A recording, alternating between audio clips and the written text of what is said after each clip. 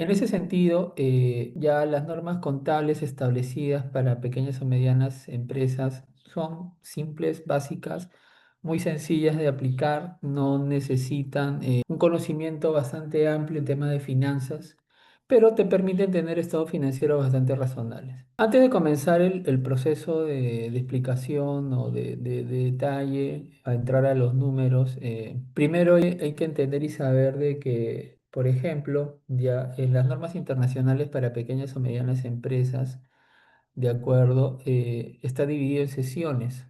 A diferencia de las normas internacionales para pequeñas, para grandes negocios, corporaciones o empresas familiares que están divididos en normas, las NIS-PYME están divididas en sesiones.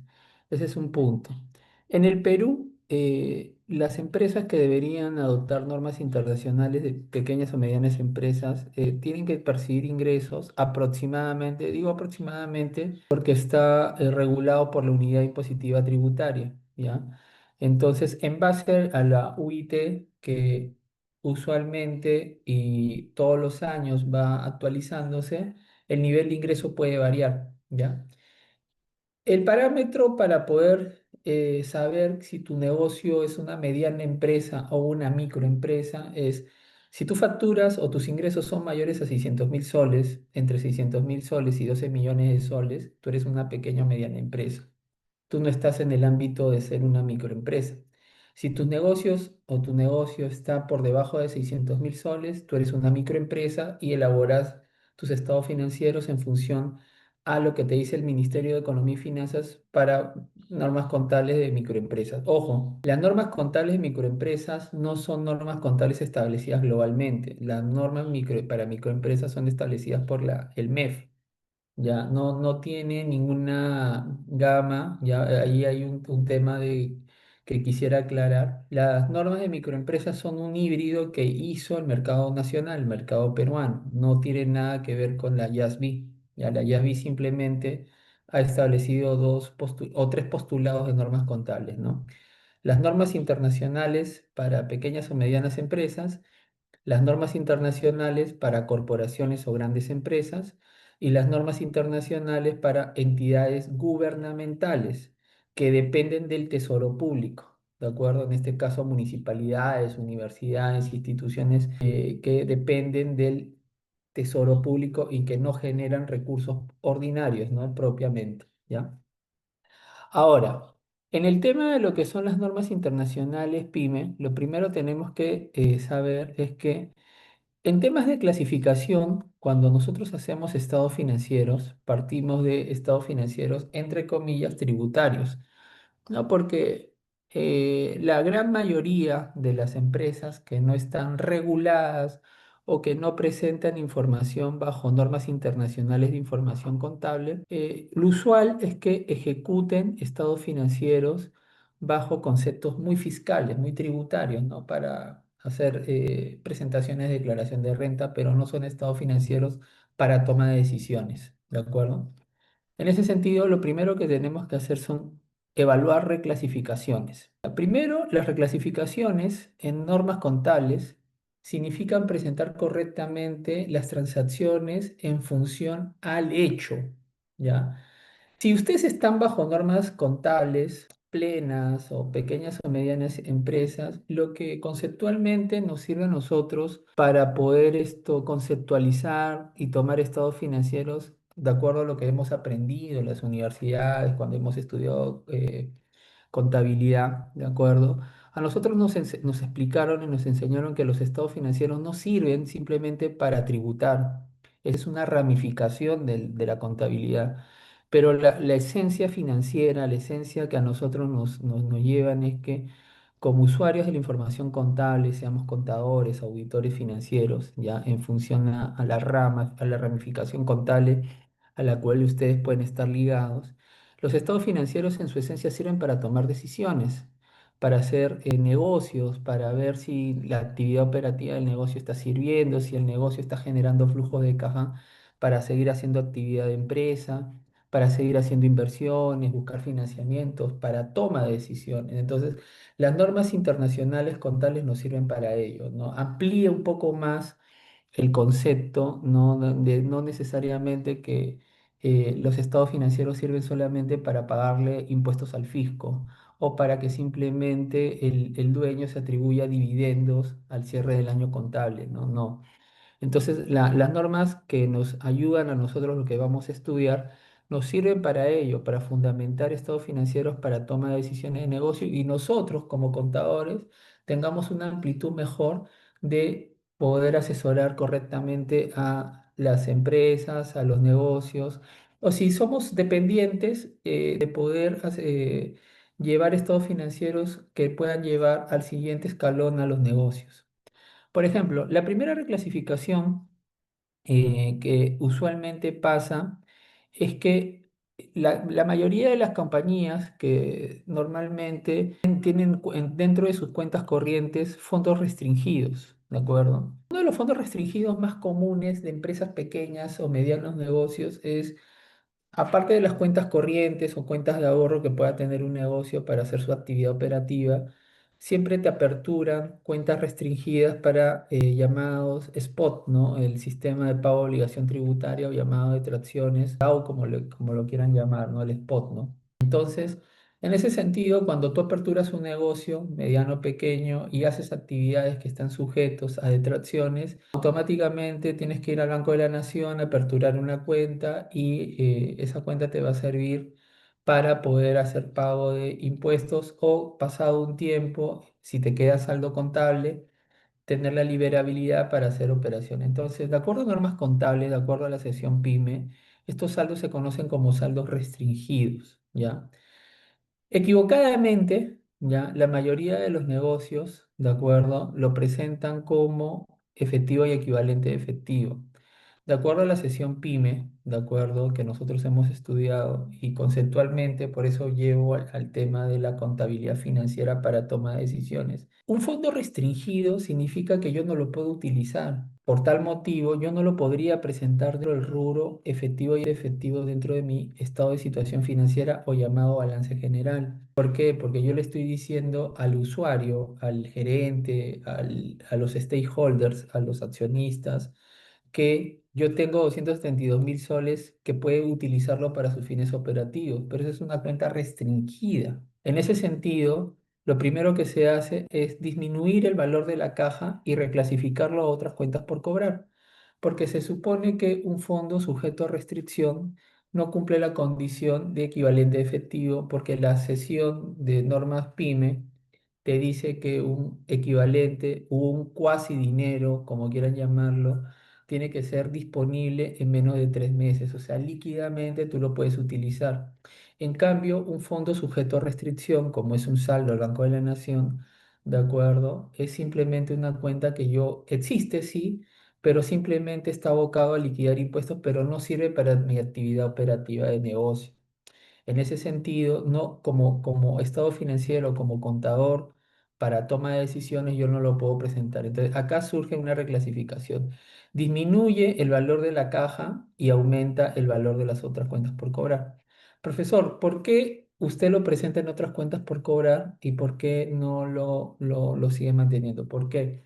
Porque se supone que un saldo sujeto a restricción se va a ir realizando, ¿no? Y cumple la condición de instrumento financiero, activo financiero en función a la utilización del fondo, pero no cumple la condición del efectivo y efectivo. Entonces, primera reclasificación, ello. Segundo, usualmente la mayoría de las empresas a veces tienen habilitaciones de caja para hacer trabajos operativos. ¿Qué quiere decir?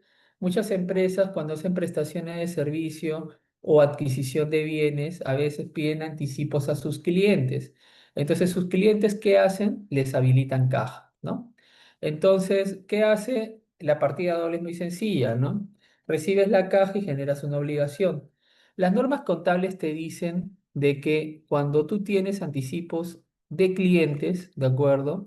Los anticipos de clientes no son obligaciones, no cumplen con la condición de obligación, porque todo lo que nosotros presentamos dentro de la partida derecha, yo le llamo deudora, ¿de acuerdo?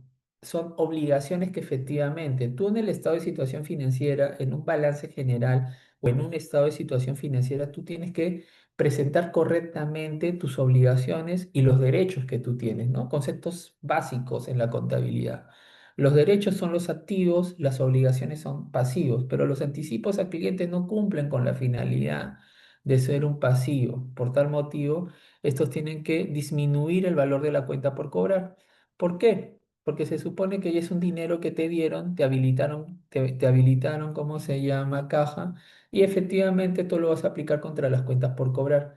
Por tal motivo, es una disminución del valor de tu cuenta por cobrar. Segundo, acá es un tema bastante importante y bastante de concepto, ¿no? Por eso las normas contables, cuando ya comienzas a entenderlas de manera sencilla, de manera fácil, digerible, a los ya usuarios de los estados financieros les permite hacer un ordenado, un trabajo sencillo para la evaluación de los temas financieros. Muchos negocios, muchas empresas, así se hace una pequeña o mediana empresa, a veces tú haces inversiones, los negocios hacen inversiones, ¿no? ¿Qué hacen? Adquieren activos fijos, adquieren inventario, ¿no? En ese sentido, de acuerdo, lo que usualmente, ya, y por el plan contable general empresarial, que usualmente la mayoría de los contadores hacen estos registros contables, ¿no? Compran una existencia por recibir o un adelanto para comprar mercadería y lo contabilizan como un anticipo a proveedor, ¿de acuerdo? Un anticipo a proveedor, sale la caja, reconocen el anticipo. La norma contable en su marco conceptual, sea sesión PYME o sea sesión plena, tiene un concepto bastante básico en el cual yo siempre direcciono y fundamento el concepto financiero sobre el concepto legal o el concepto tributario. Se llama principio de la primacía de la realidad. Acuérdense mucho de este concepto, señores, ustedes que son auditores en su trabajo contable. Siempre tiene que prevalecer la esencia financiera y económica de una transacción, ¿de acuerdo? La esencia financiera y económica de una transacción prevalece sobre cualquier acto legal. Por eso los abogados no hacen normas contables, por eso los economistas no hacen normas contables. Nosotros somos los que fundamentamos el tema de la contabilidad y hacemos los parámetros de la contabilidad. ¿Ya? En el tiempo ha habido un tema bastante errado y eso es lo que yo siempre en mis seminarios, en los cursos que dicto en las universidades, en las instituciones, yo siempre digo de que el contador público siempre ha sido relegado en la toma de decisiones de los negocios y los negocios siempre han tenido un cierto privilegio sobre los abogados, pero los abogados no son hacedores ni conocedores de temas contables o financieros. Por eso hay mucha equivocación en conceptos o en fundamentos cuando dicen, lo legal dice, el contrato que hizo el abogado dice, el contrato que... No, nosotros somos contadores, fundamentamos la contabilidad basado en conceptos financieros y económicos de la transacción. Por tal motivo, nosotros no podemos basarnos en lo que dice un contratito o en lo que dice una factura. Nosotros tenemos que analizar qué es lo que la gerencia o el usuario o el que quiso hacer la transacción, qué quiso hacer financiera y económicamente. Entonces, si el dueño de la empresa simplemente desembolsó caja para adquirir inventario, tú lo tienes que presentar como inventario. El dueño de la empresa hizo un desembolso para, ¿cómo se llama? Para comprar activo fijo, tú lo tienes que presentar como activo fijo. No, profesor, que es un anticipo. No, el anticipo por proveedor simplemente de control. Es una cuenta que te sirve simplemente para contabilizar, para hacer una partida doble, pero no es la esencia de la transacción. Por tal motivo, equivocadamente, nosotros, los contadores, decimos, oye, tengo una cuenta por cobrar, pero no es una cuenta por cobrar porque es un anticipo. Para que tú contabilices una cuenta por cobrar o una cuenta por cobrar, en contabilidad, en temas de finanzas y en temas económicos, una cuenta para cobrar, de acuerdo a lo que te dicen instrumentos financieros básicos, es que te genere flujo de caja al negocio. Un efectivo, una cuenta corriente, una factura, una letra, le generan ingresos de caja al negocio. Un anticipo proveedor nunca le va a generar un ingreso de caja porque la esencia de la transacción no es que simplemente yo cobre la factura. Yo no voy a cobrar la factura. Yo voy a he adquirido un activo y por tal motivo yo no puedo presentar en mi estado financiero una cuenta por cobrar, sino lo tengo que contabilizar como un inventario, porque esa es la esencia de la transacción.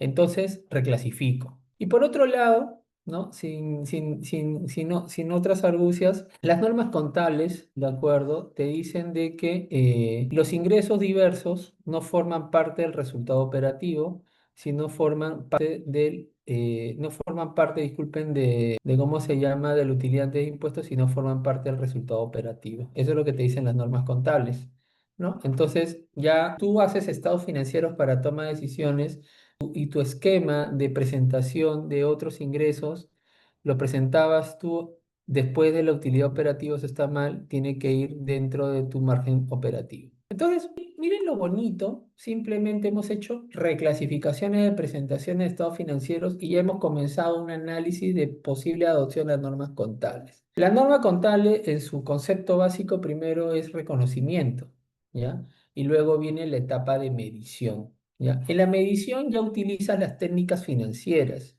las técnicas de estimados financieros en función a jerarquías o modelos económicos. Ahí ya entra un poquito el tema de tecnicismo, ¿ya?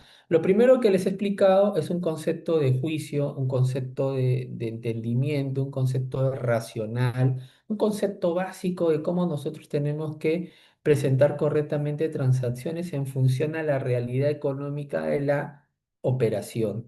Ahora vamos a ver un par de ejemplos de ejecución de impuestos o de medición, ¿no?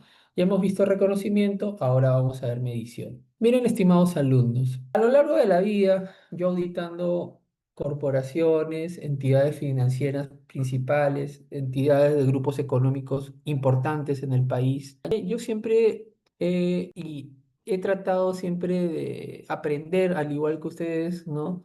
Siempre mejorar mis técnicas en conocimientos contables, en conocimientos de auditoría, y por eso yo los felicito porque se dan un tiempo para poder escuchar este tipo de seminarios o charlas que los van a ayudar a mejorar, ¿no?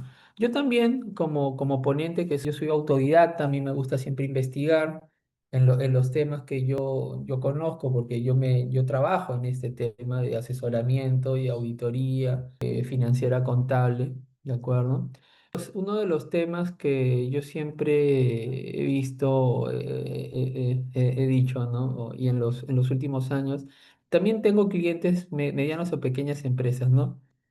Toda mi vida siempre ha sido en tema de jerarquía, corporaciones, empresas familiares. Pero eso no quiere decir que actualmente, como bien me lo mencionó Jason, a través de Hidalgo y Asociados, mi actual firma que hace unos años constituí y fundé, tenemos clientes también pequeñas o medianas empresas, ¿no?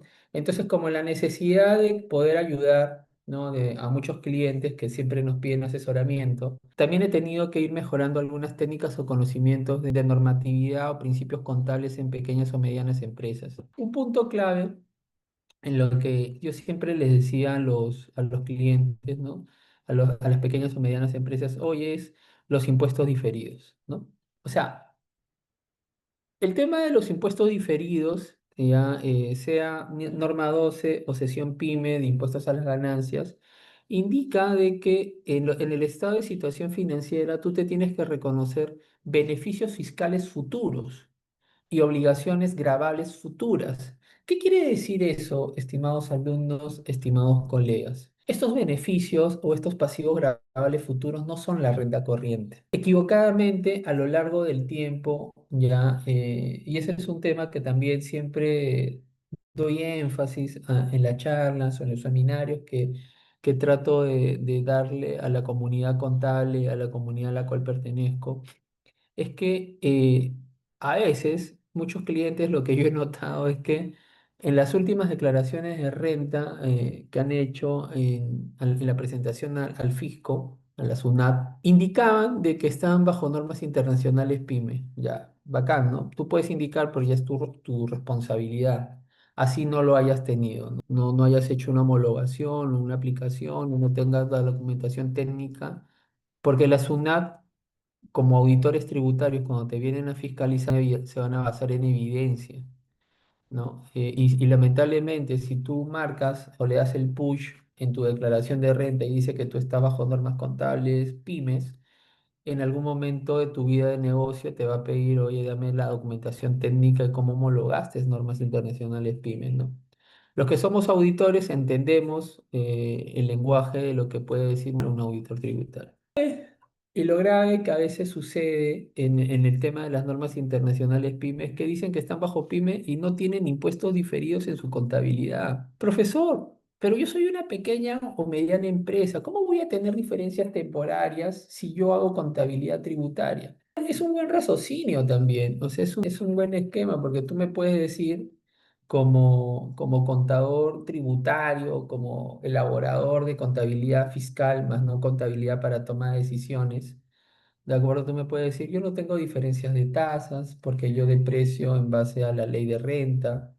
Tú me puedes decir, yo no hago cobranza dudosa porque yo hago mi contabilidad y mi factura, si no pasan los 360 días, no hago provisión o estimado de mala deuda. Puede ser, o sea, tú puedes tener, pero yo te pregunto. ¿Tú le pagas bonificaciones a tus gerencias? Y yo te digo, yo pienso que sí. Un gerente no solamente gana su sueldo, si no, no sería dueño. Un gerente gana bonificaciones, puede ganar algún dispendio particular y de repente alguno de sus gerentes, entre comillas, porque a veces en una pequeña o mediana empresa, cuando el dueño puede ser todista, no hace todo, pero tiene también jefes y les paga bonificaciones de éxito que puede haber en el negocio. Entonces, ahí hay un primer punto, tienes bonificaciones. El segundo, así seas una pequeña o mediana empresa, y obviamente no estés en el régimen general, sino en el régimen MIPE, de acuerdo, las leyes laborales te dicen que las pequeñas o medianas empresas le dan descanso vacacional a sus empleados por 15 días. Entonces, ya tienes dos diferencias temporarias. Y otra diferencia temporaria es que no necesariamente el departamento contable, de acuerdo, es un departamento in-house.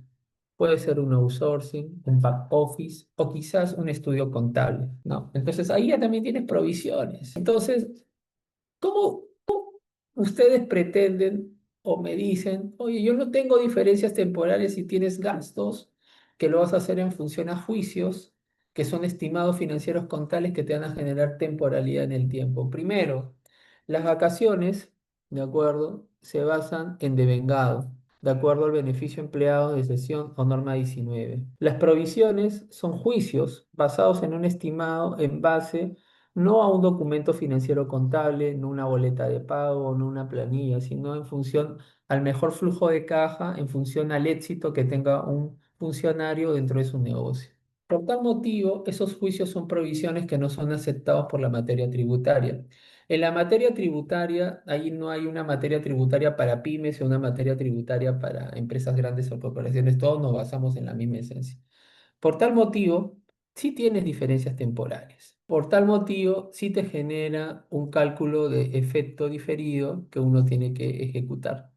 El tema es cuál es la tasa financiera que yo tengo que utilizar. Acuérdense muy bien que si tú estás en un negocio pequeño y no has pasado un parámetro, utilizarás el 10%. Pero si tú eres un negocio que está entre pequeño y has pasado un límite tributario, aplicarás el 29,5. Entonces te genera una diferencia temporaria. Por tal motivo, te genera un activo diferido y te genera un ajuste a tu contabilidad financiera contable. Entonces sería mentir y decir de que tú no tienes diferencias temporarias. La administración tributaria, hace unos años yo tuve la oportunidad de asesorarlos, así como la SBS en normas internacionales de información financiera. Porque me acuerdo bastante bien que cuando me contrataron mis servicios para darles asesoramiento en temas de normas internacionales de información financiera a expertos en SUNAT y a expertos en la Superintendencia de Banca y Seguros, Luis Hidalgo fue y les dijo, si ustedes para qué están preparándose en normas internacionales, para que nosotros hagamos fiscalizaciones, tengamos el argumento sólido de sancionar a las empresas que nos mienten cuando hacen declaraciones de renta. ¿Por qué? Porque al tener conocimientos contables y fundamentar en normas contables, vamos a ir a hacer nuestras fiscalizaciones ya con una coherencia válida y vamos a poder hacer nuestras fiscalizaciones tributarias. Mucho cuidado, señores. En ese sentido, diferencias temporarias en una contabilidad, sea pequeña o grande, siempre van a existir. Por último, sé que estamos en un concepto de ya en una mañana que ya va a concluir. Por último, el valor neto realizable. El valor neto realizable, seas pequeña o mediana empresa, siempre va a existir. ¿Por qué, profesor? ¿Por qué? Porque el negocio, el mundo de los negocios es así. Porque si el mundo de los negocios todo fuera perfecto, todos seríamos millonarios. Porque si el mundo de los negocios tú compraras mercadería y la vendieras, tú serías el Walmart de Estados Unidos o el Cencosud de Chile o el Plaza Vea de Intercorp de Perú. Los inventarios demoran en venderse, los inventarios demoran en enajenarse, no todo es perfecto. Tú puedes hacer tus mejores juicios, tus mejores estimados, comprar mercadería justa, pero así seas una mediana empresa, puedes tener existencias que podrían sufrir pérdidas de valor. El valor neto de realización, estimados alumnos, el valor de realización, ¿de acuerdo? No es una provisión de desvalorización simplemente porque se te dañó la mercadería, porque se te malogró o es un desmedro, como te dice las normas fiscales. El valor neto de realización es un cálculo financiero que te dice de que si tú tienes pérdidas futuras, tú ya la debes reconocer. ¿Cuáles son esas pérdidas futuras, profesor? Sobre almacenamiento, que contrates más personal para poder vender tu mercadería que no pudiste vender en tu campaña. Todos en los negocios, todos son costos. Si tú compraste mercadería y no la pudiste vender en tu campaña, por ejemplo, ¿no?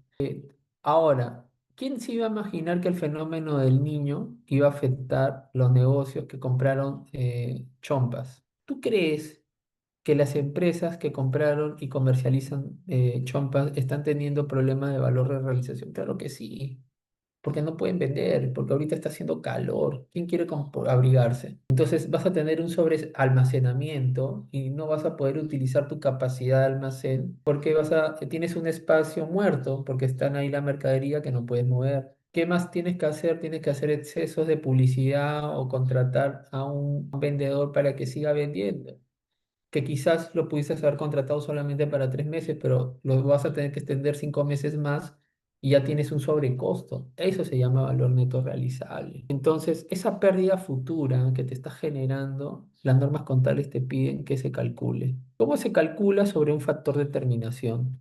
Este factor de terminación es este, que es el nivel de gastos de venta, que son los gastos de comercialización que tienes sobre el nivel de ingresos. Ese gasto de comercialización multiplicado por el precio de lista es el que te va a dar el valor de tu valor neto realizable, comparando el valor de venta con el valor de realización y comparándolo con el costo. Esto es el llamado ajuste de valor de pérdida de realización financiera contable que tú tienes que realizar. Los que somos contadores financieros, los que no somos contadores fiscales, que no nos dedicamos simplemente a hacer un simple declaración de renta, porque ese es el concepto errado que ha habido en el mundo de la contabilidad, que los contadores simplemente sirven para hacer declaraciones de renta. Eso está mal. Los contadores son mucho más que ello. Somos asesores de negocio, somos auditores financieros. Los estados financieros sirven para toma de decisiones. Por eso tenemos que seguir preparándonos para seguir mejorando y seguir privilegiando el nivel de la contabilidad en el tiempo. Ustedes van a marcar la diferencia aprendiendo. Esto es lo que van a aprender conmigo y muchas cosas más en el curso que vamos a desarrollar en aprendizaje contable. No hechos, cosas reales. Es lo que hacemos en el mercado, es lo que yo asesoro. Los invito a que puedan matricularse la próxima semana o seguir conmigo en el curso que vamos a desarrollar, donde van a aprender estas cosas y van a poder en el tiempo seguir y aprender y ser asesores de negocio.